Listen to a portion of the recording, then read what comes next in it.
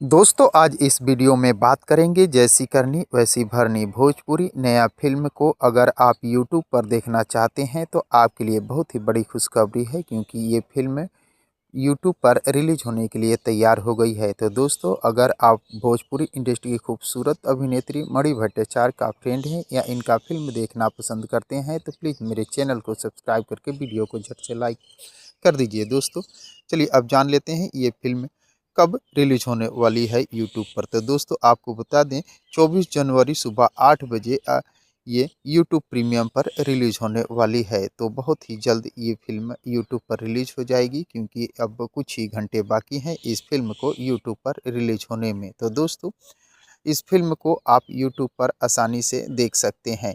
तो जैसी करनी वैसी भरनी फिल्म को यूट्यूब पर देखने के लिए आप सभी दोस्त कितने एक्साइटेड हैं, कमेंट बॉक्स में मुझे ज़रूर बताने की कोशिश कीजिएगा।